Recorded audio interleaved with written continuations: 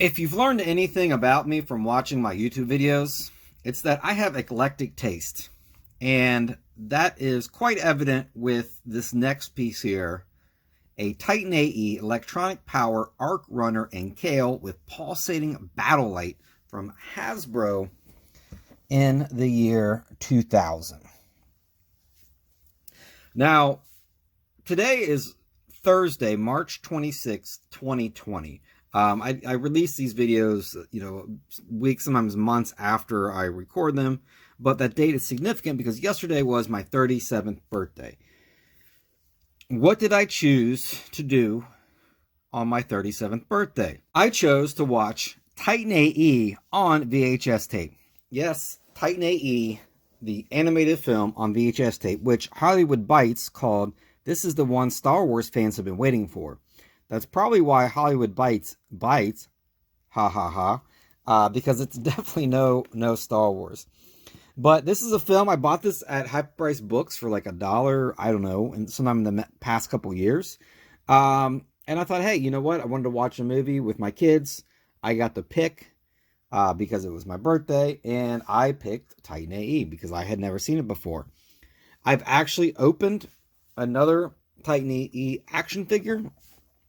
I opened the Spacewalker suit with Cale.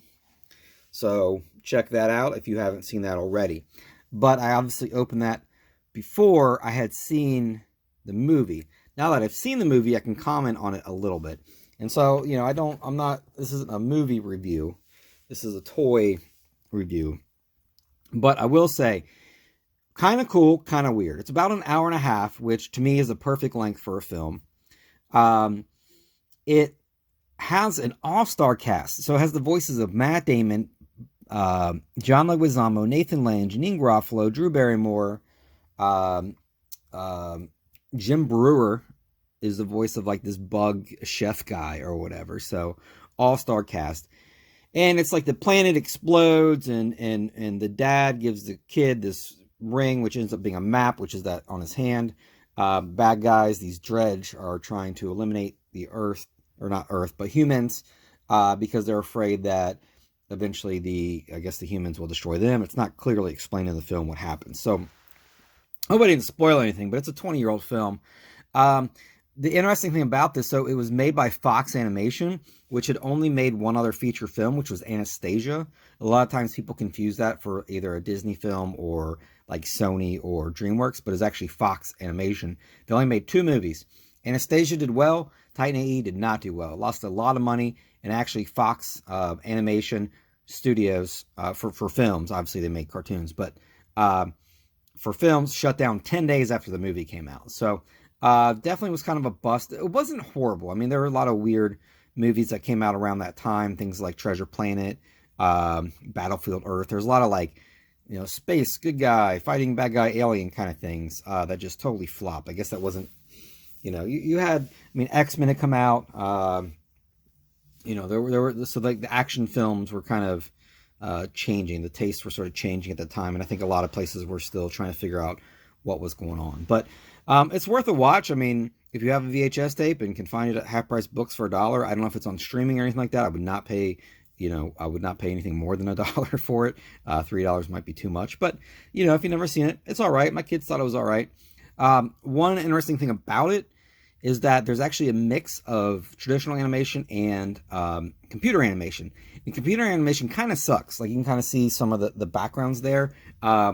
Even for 2000 standards, it kind of sucks. It looks a little bit more like, I don't know. It definitely, even at, thinking about things that were computer anime at the time, it definitely looks dated. But the blend of it was kind of interesting. And it's definitely darker. Some people have compared the tone of it to anime, which, maybe kind of, sort of. You do see this guy's butt. You see Cale's butt in there, which for a PG-rated animated film for kids isn't usually something you see. There is some death. People actually, get killed. So, it's an all right movie. I would check it out. It's not something I'd ever watch again, but I'm glad I watched it, and it was kind of neat. So that's it about the film. we're obviously here to talk about this action figure. I'm curious to see if this actually still lights up, because you can see it shoots a missile, and there's a button to have it shoot. This toy line, isn't the best, isn't the most desirable, but I will say the Dredge, who again are the bad guys, those are some really cool looking figures. I wouldn't mind getting my hands on those. There's this Stith, who's kind of like a sidekick, Corso, who's, I don't want to spoil anything, good guy, Akima, that's who is voiced by Drew Barrymore. It would have been cool if she actually was carded with something smaller like this instead of a vehicle, because I'm sure she would have been more affordable or accessible. You have the Queen Dredge, who in the film, that's one thing that's kind of weird. So because she's computer animated, like, it's really kind of hard to see what she looks like, because their ships are all blue, and it's a very similar shade of blue as the characters themselves. So it's really hard to like distinguish between them and the background and actually see what her form looks like. Like, seeing that is not what I would picture her looking like in, not in the film. The other ones, yes, but those are really cool. I think the Dredge bad guys were very cool looking. So here's this, June 16th, only in theaters. There are some wearable images, I guess an iron-on thing, a game for PC CD-ROM. I don't think that was actually released. A PlayStation game, I don't think that was released either. You can have a knapsack, saddlebag kind of thing. A hat, music. That's another thing too. So the music was actually really interesting. As I was watching it, I'm like, wow, this sounds like some really crappy, like, late 90s, early 2000s, like, kind of new metal, and there's actually one that's kind of reggae and, like, pop punk, but it turns out, like, Power Man 5000's on there. There's a couple bands that you might kind of recognize as being, like, B-list, like, radio hits from that time. So I'm sure they spent a lot of money, on that as well. So you have some games from Tiger Electronics, who obviously made those little handheld things. Hovercraft watch, a yo-yo, a locker calendar, so you can get beat up at school, a student planner, so you can get beat up even more. Dark Horse Comics actually did a mini-series about, it's kind of a prequel, it's about Cale's dad, who, the Titan A.E, so there's this ship called the Titan, which the bad guys, the Dredge, blow up Earth. And so the humans leave on the ship called the Titan, and it's Cale's dad who does that. So the comics about his dad, which I would kind of like to read. There were some novels, and then obviously some toys here. So they went all out, man. They really went all out with this film, and it was a bust. So that kind of sucks for everybody involved, because a lot of people lost a lot of money, but honestly, it wasn't great, like, it was okay, but, I mean, I think they thought they were going to have, like, I don't even know, like, a Men in Black, maybe, like, maybe they thought that's how big it was going to be, but it certainly was not up to that. So, we got this gun, which is way too big for his hand. I'm going to take him off here. We'll look at him first. So, I think the sculpt is pretty decent. So it's about a 3 3/4 inch, not quite there. So he's in like this power suit. His helmet comes off. I didn't realize that. That's why I knocked off my camera. I thought that would stay. I don't see why that comes off. It is kind of sticky, which sometimes you'll see in my videos. I don't know, the plastic gets sticky. It's kind of gross. Not a whole lot of articulation. His hands are molded to hold on to this like hover bike thing he's on. And then he has this gun, which, interestingly, the way they made the gun is so that he actually can hold it and it doesn't look totally stupid, but still looks kind of stupid. One thing I would like to say, too, with the exception of that plane, none of these vehicles are in the film. Absolutely none of them. That is not a ship he has. That is not a ship she has. There's no walkers. There's no little this kind of stuff that is not in the film. So it just, not that it really is important, but is not film accurate. There's really just like these, and then they have a big ship. And then there's like one scene where they have a boat. All right. So this, I would think, would connect on here somewhere when he's not holding it, but it doesn't look like it. What I want to see is if the light still works. It does not. So that's the button for the light. I don't even know where it's supposed to light up. Like the whole thing, maybe?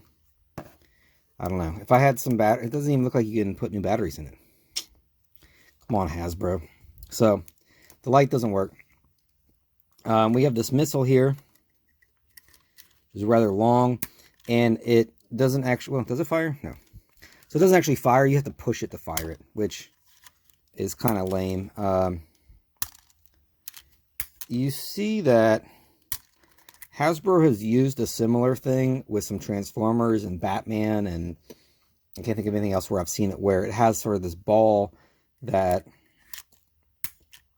it kind of snaps into place like that. You can kind of see it there where it's translucent, and then you just kind of push it. But it's not the best idea, but I guess it's a lot cheaper than doing something that's spring-loaded. So there it goes after our 5th try.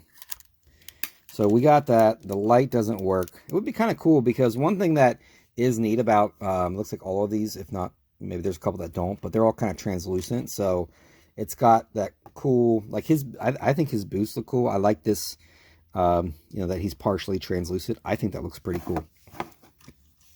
And that, I guess that kind of ties into the idea that these Dredge, the bad guys, are this like translucent computer animated blue color.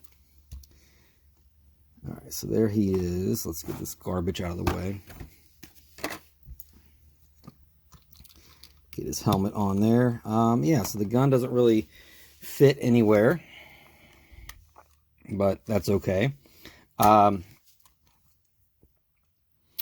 overall, Titan A.E was a flop. It could have been written better. You know, I was kind of reading online that there were different, you know, rewrites and this and that, and this person, you know, there's a lot of similar stories for things that kind of flop. One interesting fact that I do want to mention. So Ben Edlund was one of the producers of this film. If you don't know who Ben Edlund is, he's the creator of the Tick. And I'm a huge Tick fan. I've actually opened a Tick toy. I think it's the I Dig Dinosaur Neil talking one, which doesn't talk because, you know, it's old. Huge Tick fan. I actually used to get like New England Comics newsletter. I've been to New England Comics, one of the locations in Boston. I have a Tick duffel bag. I used to have a Tick like knit, like kind of winter beanie cap. Action figures, comics. Watch the cartoon. You know, big Tick fan. If you haven't, read the original 13 issues of Tick. They're really good. They're darker. They're darker than the cartoon. But Ben Edlund, you know, created that, and he was a producer on that, which kind of sucks because he seems like a solid dude, and he created something I'm a huge fan of even to this day. But, you know, sometimes these projects, they just kind of, they don't work out. The story was just kind of, meh, could have been better. One thing I did, you know, I know I've been talking about the film too much, and I even said, I'm not going to talk about the film anymore, but this is like the writing teacher in me. There were a lot of things in this film where like nothing happened. Like there were things I'm like, why is that in here? We don't, you know, like that could have been cut. It didn't really add anything. It didn't really advance the plot. I think they were just trying to be like, hey, look at these cool computer graphics we're doing. Because another thing I read online about this film is that like one studio got, I don't know if they got fired or shut down or quit, and another one did that. So there were actually like several animation studios who worked on it. Like this one animation studio did this scene where there are these like, they're kind of like manta ray ghost things that fly, and that's all. It doesn't add anything at all. There's like a song playing, and these things are flying around their ship, and it's just supposed to like look cool. But you know, it could have been cut. So I think if they would have cut some of that, a little bit stronger writing, then it could have been a lot better. But alas, we have these toys. We have this action figure line. And, you know, I've opened 2 at this point. The only things that I would open from this line, if I could find for like a really good price, would be some of those Dredge, because I think those are cool. And I think they would look really good on a shelf next to, I don't know, Tron or, you know, anything like that that has this sort of like retro, futuristic, translucent robot kind of thing, because they are pretty cool. So maybe if I come across one, I will certainly buy it. I'm not really looking for those. But now we've seen 2 Titan A.E. toys, both of which were Cale, again, voiced by Matt Damon. And there, our missile launcher is working a little bit better now. Too bad the light doesn't work and there's no way to replace the batteries, but that's okay. We have what we have. So if you ever, see somebody strolling around in a Titan A.E hat or a Titan A.E duffel bag listening to the Titan A.E soundtrack, good chance it might be me. As always, open your toys and play with them.